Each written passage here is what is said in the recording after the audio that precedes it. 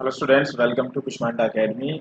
आज मैं आपसे बात करूंगा एनसीईआरटी क्लास 10 के एमसीक्यू क्वेश्चंस पर। एक वीडियो हम पहले भी बना चुके हैं और हम धीरे धीरे पूरा सिलेबस कवर करेंगे। तो पॉलिटिकल साइंस में चैप्टर 1 एंड चैप्टर 2 के पार्ट 2 पर हम बात करने वाले हैं। पार्ट 1 की वीडियो आप हमारे यूट्यूब चैनल पर देख सकते हो।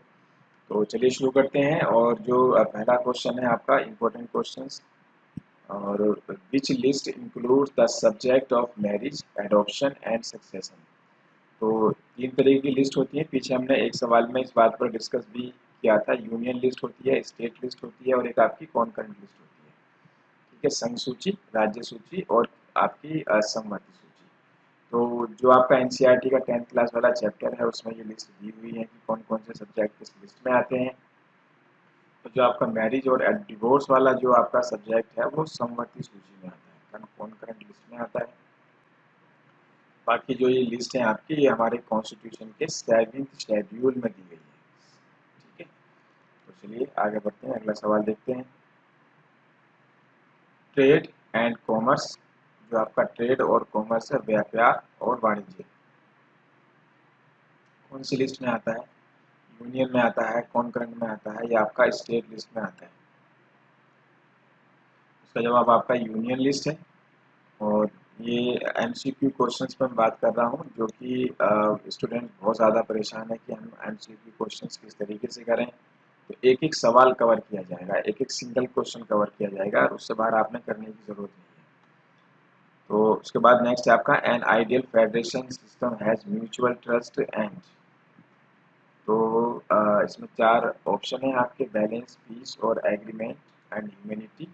तो फेडरल सिस्टम में आपका ट्रस्ट और एग्रीमेंट होता है, ट्रस्ट और एग्रीमेंट होता है, यानी कि इसका सी जवाब है। आप लर्न कर लीजिए। और इसके बाद नेक्स्ट है आपका which country follows the system of coming together. देखो, सिस्टम ऑफ कमिंग टुगेदर जरूर याद रखना। तो कई बार सवाल पढ़ने में हमने जल्दबाजी नहीं करनी है। तो system of coming together federation, ये एग्जाम्पल पूछा गया है किस कंट्री में है, तो आपका स्विट्जरलैंड के अंदर है। अगला सवाल है आपका system of hold together federation. देखो, दोनों का फर्क याद रखना। होल्ड टुगेदर फेडरेशन ये आपको स्पेन में मिलता है, कमिंग टुगेदर स्विट्जरलैंड और hold together federation Spain. Important है, याद होना चाहिए। और इसके बाद नेक्स्ट क्वेश्चन देखते हैं, और ये है आपका कि लोकसभा का सदस्य और विधानसभा के सदस्य, यानी कि एमपी और एमएलए, इनमें से किसके मेंबर होते हैं ग्राम सभा की? तो ये तो नहीं होता है। ग्राम सभा में तो गांव के सदस्य होते हैं जिनका नाम वोटर लिस्ट में होता है। म्यूनिसिपल कॉर्पोरेशन जो आपका मेयर वाला कॉन्सेप्ट है, पंचायत समिति जिला परिषद में होती है। जिला परिषद में आपके एमपी और एमएलए भी मेंबर होते हैं। Which group among these does not influence the power sharing system. तो इनमें से कौन सा है which group among these does not influence the power sharing system? तो इसका ऑप्शन देख लेते हैं। तो है आपका इसमें मीडिया, मूवमेंट्स और पॉलिटिकल पार्टीज और प्रेशर ग्रुप। तो इसका जो जवाब आना चाहिए मीडिया, मीडिया जवाब है।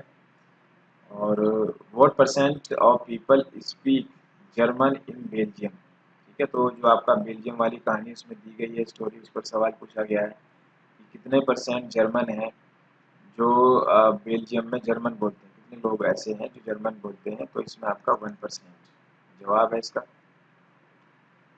और नेक्स्ट क्वेश्चन है आपका ये कि how many times the constitution of Belgium was amended between 1960 to 1993। तो इम्पोर्टेंट क्वेश्चन है बहुत ज़्यादा। तो कितनी बार अमेंडमेंट हुआ? और आपको याद आ गया होगा, आपने चैप्टर पढ़ रखा है, 4 बार ऐसा हुआ था। और एक और question, which of these cities is capital of 2 states and A union territory. तो दो स्टेट की कैपिटल है और यूनियन टेरिटरी भी है। तो आसान सवाल है आपका, वो आपका चंडीगढ़ है। तो वो स्टेट कौन कौन से हैं आपके? एक तो पंजाब है और एक आपका हरियाणा है। ठीक है, और चंडीगढ़ अपने आप में एक यूनियन टेरिटरी है। चलिए अगला क्वेश्चन देखते हैं। और ये आपका मेज द फॉलोइंग क्वेश्चन है। कुछ क्वेश्चन हम मेज द फॉलोइंग भी आपके लिए लेकर आए हैं, जिससे कि आप जो है ना अलग अलग तरीके के क्वेश्चन को करने की प्रैक्टिस कर सको। तो श्रीलंका, सिविल वॉर मिलना चाहिए इसमें, रशिया और बेल्जियम, इंडिया। तो इसके अंदर अगर हम देखें तो हमें ऑप्शन से एक बार मैच कर लेते हैं। तो जो इसका जवाब होना चाहिए, रशिया में तो आपका है ये फेडरेशन होना चाहिए, और इसके अलावा श्रीलंका में सिविल वॉर होना चाहिए। ठीक है, श्रीलंका में आपका सिविल वॉर होना चाहिए, आपने पढ़ा था कि सिविल वॉर हो चुका था वहाँ पर। और इंडिया में हमें मिलता है ये डिसेंट्रलाइजेशन। ठीक है, बहुत ध्यान से मैच करना है आपने। बेल्जियम में आपका कम्युनिटी गवर्नमेंट मिलती है। तो अब आप देखो इसलिए बना आपका RPQS। RPQS आपका ये तीसरे ऑप्शन में मिलता है। तो कई बार सवाल क्या होता है, वो डायरेक्ट MCQ ना आकर मैच द फॉलोइंग सवाल पूछे जाते हैं, जिसमें कॉलम 1 या कॉलम 2 या टेबल 1 टेबल 2 दिया होता है, इस तरीके से पार्ट 1 पार्ट 2 करके। तो आपने इस तरीके के क्वेश्चंस की प्रैक्टिस करनी है। उसके बाद अगला क्वेश्चन है, ये भी आपका मैच द फॉलोइंग क्वेश्चन है, और इसमें है आपका पावर शेयर्ड बाय टू और मोर political parties, power shared by different social groups, power shared among government at different levels, और उसके बाद है power shared among different organs of government. तो पावर शेयर्ड बाय टू और मोर पॉलिटिकल पार्टीज, तो इसका ए का होना चाहिए आपका क्यू। तो ए का क्यू होना चाहिए, क्योंकि कोalition गवर्नमेंट बनती है जब एक से ज़्यादा पॉलिटिकल पार्टीज गवर्नमेंट बनाती हैं। तो ए का क्यू हमें यहाँ नज़र आ रहा है, बाकी किसी में नज़र नहीं आ रहा, तो ये तो बहुत आसान हो गया फिर। ठीक है, तो बी का आपका एस हो गया, और सी का आपका बी हो जाता है फर्स्ट वाला, और आपका डी का आर हो जाता है। ठीक है, तो ये सब सवाल आपके चैप्टर से लिए गए हैं। उसके बाद है आपका ग्राम पंचायत, म्यूनिसिपल कॉरपोरेशन, स्टेट और यूनियन गवर्नमेंट। ठीक है, ये भी आपका मैच द फॉलोइंग क्वेश्चन है। तो आपस में इसे हमने मैच करवाना है। चलिए देखते हैं फिर क्या जवाब हो सकता है इसका। तो ग्राम पंचायत, ठीक है ए। तो ग्राम पंचायत तो सरपंच होता है आपका, म्यूनिसिपल कॉरपोरेशन में मेयर होता है, और स्टेट में आपका गवर्नर गवर्नर होता है, यूनियन ऑफ इंडिया में आपका प्रेसिडेंट होता है। तो QRSP, तो QRSP आपका ये फोर्थ वाले मिलता है। तो आप देख पा रहे हो किस तरीके से हम क्वेश्चंस को मैच कर सकते हैं। वही चैप्टर हैं जो आपने पढ़े हैं, लेकिन आप एक चीज़ देखिए कि यहाँ पर किस तरीके से क्वेश्चंस की फॉर्मेटिंग की गई है। तो जिसको सवाल बनाने आ गए, समझ लो उसका तो सिलेक्शन हो गया, तो हाईएस्ट मार्क्स उसके आ गए। तो क्वेश्चन बनाने ज़रूर आने चाहिए। अगला सवाल देखते हैं, ये भी आपका मीन्स द फॉलोइंग है। तो यूनियन लिस्ट है एक तरफ, दूसरी तरफ आपके जो है ये लिस्ट दे रखी है, सामने सब्जेक्ट्स दिए हुए हैं। एक तरफ लिस्ट है, सामने सब्जेक्ट्स दे रखे हैं। तो इसमें जो आपका ये पहला है आपका यूनियन लिस्ट, तो देख लेता हूँ मैं, और यूनियन लिस्ट में क्या आना चाहिए। तो यूनियन लिस्ट में हमारा आ सकता है करेंसी। करेंसी जो है ना, जैसे आपकी नोटबंदी हुई थी पीछे, आपको याद होगा, ठीक है नहीं, 1000 और 500 के नोट बंद कर दिए गए थे। तो ये आपका यूनियन लिस्ट में आता है, सेंट्रल गवर्नमेंट के पास पावर होती है। स्टेट लिस्ट में आपका एग्रीकल्चर आ जाएगा। ठीक है, एग्रीकल्चर आएगा, पुलिस भी इसमें ही आता है। और इसके अलावा जो है एजुकेशन आपकी कॉन्करेंट लिस्ट में है, रेजुलर लिस्ट में कंप्यूटर सॉफ्टवेयर। तो इसका आपका बी जवाब है। बहुत इंपॉर्टेंट है, एक्सपेक्टेड है, आपको आना चाहिए। और इसके बाद अगला सवाल देखते हैं, जम्मू कश्मीर, आंध्र प्रदेश, उत्तरांचल, पंजाब एंड हरियाणा किस बेस पर बनी है। ठीक है, ये चीज़ें थी। तो ये 2019 से पहले अगर पूछा गया तो जम्मू कश्मीर की बात में दो चीज़ें ध्यान रखनी है। हो सकता है कि क्योंकि NCERT पहले से लिखी हुई है, हो सकता है वो सवाल लिख दें पहले के बेस पर। और अगर 2020 की हम बात करें तो जम्मू कश्मीर आपका यूनियन टेरिटरी बन चुकी है वहाँ पर दो। ठीक है, दो यूनियन टेरिटरी बन चुकी है, लद्दाख बन गई, जम्मू कश्मीर बन गया। तो अब जो है उससे पहले की बात है, यहाँ पर हमने बेस द फॉलोइंग करना। आंध्र प्रदेश भाषा के बेस पर बना था, पंजाब और हरियाणा जो है।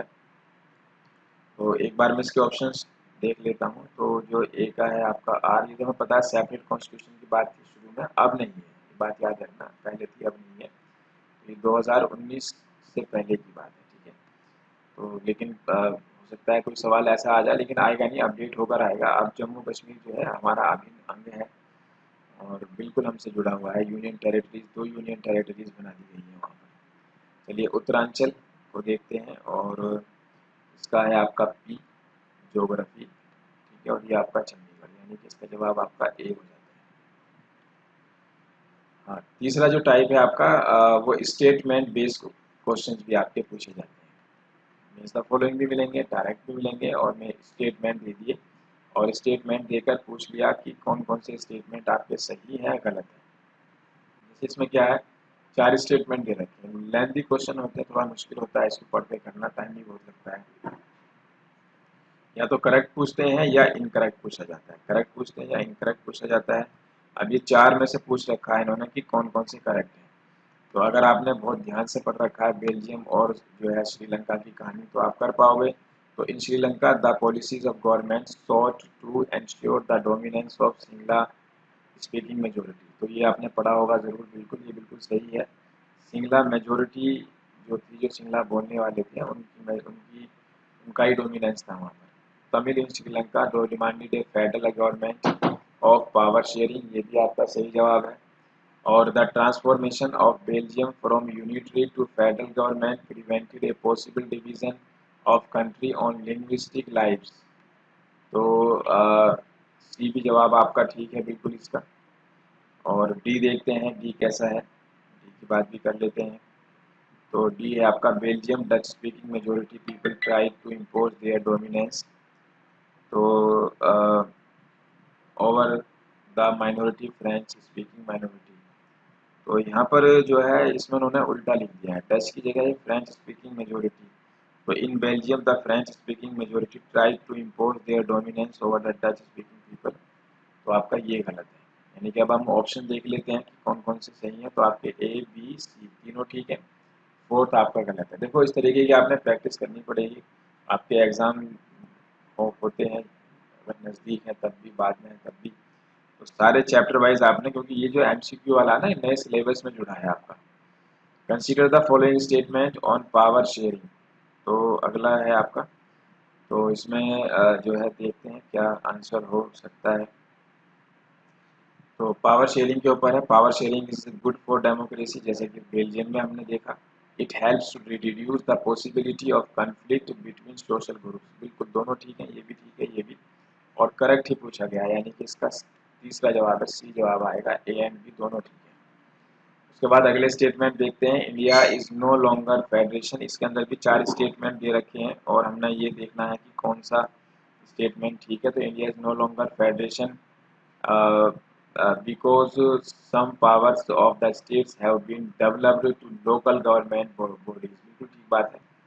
दूसरा है, in federation powers of federal and provincial governments are clearly demarcated.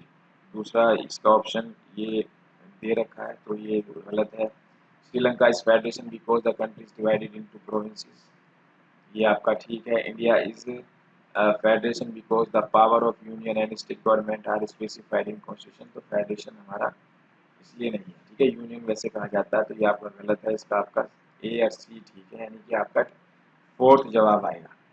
देख रहे हो कितनी मेहनत करनी पड़ती है, स्टेटमेंट पढ़ना पड़ता है, तो आपने आदत बनानी पड़ेगी। Consider the following statements, Hindi is the mother tongue of 65% Indians, a major step towards decentralization was taken in 1994। तो ये आपका अगला क्वेश्चन है, 2 स्टेटमेंट दे रखे हैं। तो मदर टंग तो है हमारी, ठीक है, और major step towards decentralisation was taken. तो ये आपका वो था, क्या नाम इसका, जो पंचायती राज सिस्टम शुरू किया गया था। तो आपके दोनों ठीक है, ठीक है, दोनों के दोनों ठीक है आपके ए एंड बी।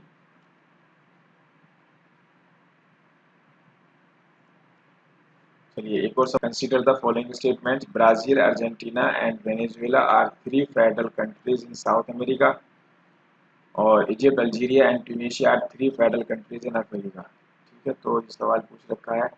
तो पहला वाला स्टेटमेंट आपका ठीक है, दूसरा आपका गलत है, यानी कि इसका ए जवाब होगा। इम्पोर्टेंट क्वेश्चन है। और एक और सवाल देखते हैं इसके बाद, civil war in Sri Lanka has resulted. तो देख पा रहे हो किस तरीके से स्टेटमेंट बेस्ड क्वेश्चन पूछे जाते हैं। तो in economic development, education and health, Brussels was chosen as headquarter of European union.